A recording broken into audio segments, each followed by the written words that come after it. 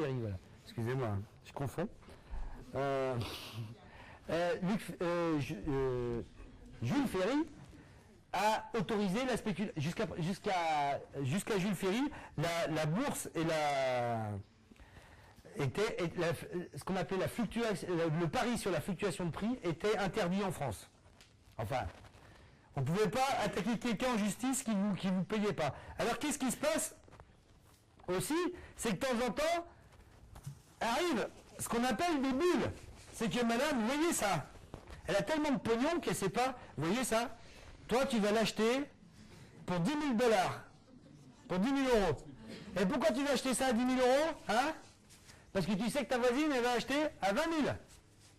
Voilà. Donc, vous êtes prêts? Donc.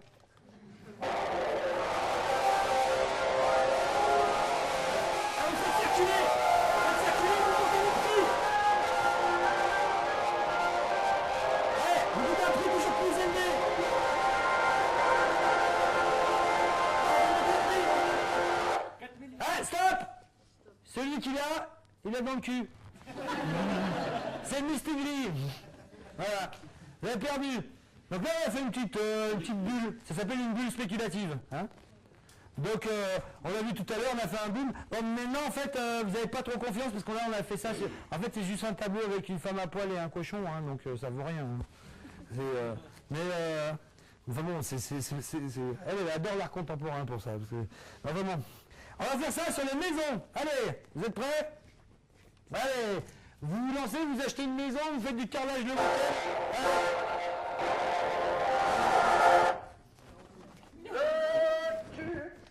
Ah non, c'est pas ça. Allez,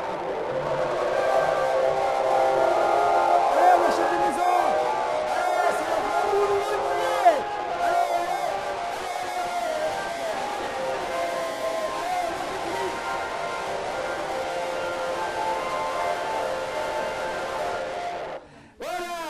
donc ceux qui ont leur maison, qui ont acheté leur maison à 400 000 $, ils l'ont. Voilà. Ils ont perdu. Voilà. Donc le Mistigri, en fait, une bulle, à chaque fois qu'il y a une bulle, ça finit mal parce que généralement, il y a des gens qui ont emprunté et qui se retrouvent le cul par terre. Voilà. Donc en 1900.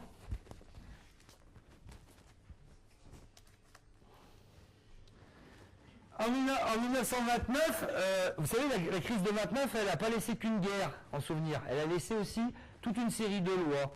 Des lois qui interdisaient la spéculation, avec notamment les banques n'avaient pas le droit de spéculer avec l'argent qu'on leur déposait.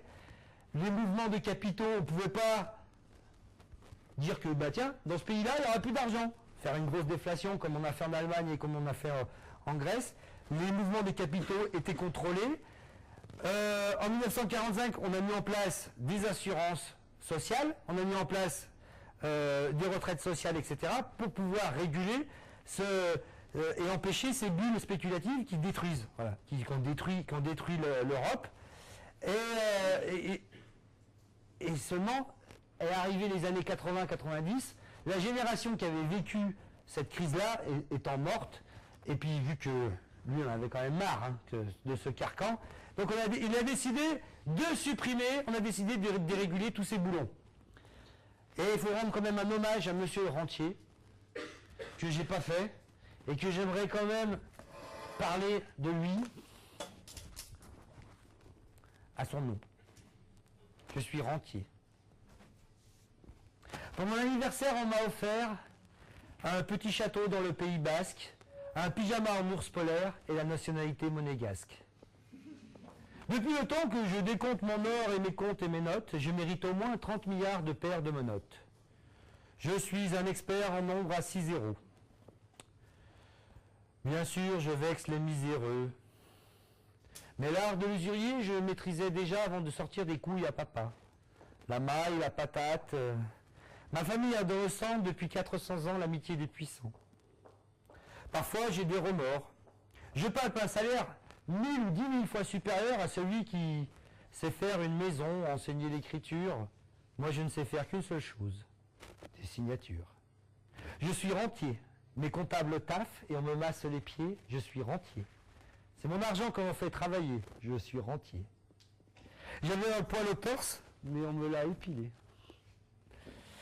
J'ai des assiettes pour le paradis fiscal, 300 hibiscus. Excusez mon mode de vie scandale. Mon agora s'appelle Britannicus. Là-haut, sur la côte, la vue, les vagues. Les aigles me draguent et les journalistes me soufflent des jolies phrases. Mon cuisinier, mon palefrenier ne voit décoller pour les îles Vierges aucun mandat, aucune charge. Tout transite par disque dur. Je palpe chaque jour, en taux d'intérêt, de quoi refaire la toiture du musée d'Orsay. J'ai dans mon salon, dans ma baraque au bord du lac Léman, un yacht taille réelle. Je suis le Mozart de l'usure, la caillasse attire la thune sûre. Et contre les ponctions, j'ai X plan B. De tous nos jours, on aide ceux qui veulent flamber. La chute des riches, c'est dans les fables. Les notaires savent qui est solvable. On ne prête qu'aux riches, alors prêtez l'oreille. Pendant qu'on taille la pierre et qu'on plie la tôle, les orteils en éventail, on gère mon pactole. Et du plus bel hôtel au plus petit appart, vers mes comptes en Suisse, les loyers partent. On m'envie, j'ai pas choisi. Les soirées luxembourgeoises. Ici-bas, je me gave de sushis. Garage privé, pas de raffut. Les petits gangsters ne m'ont jamais vu. Pour eux, suis-je une légende ou une alu? Moi, je n'entends pas leur nom dans mes revues. D'ailleurs, ma baraque n'est pas celle de que l'on cambriole. Et celui qui voudra me faire le portable devra se payer le GIGN. Alors écoutez, il n'y a pas de crise. Il n'y a juste pas de Starsky et que des Al Capone. Car il y a deux types de bandits. Ceux qui vont en prison et ceux qui les construisent.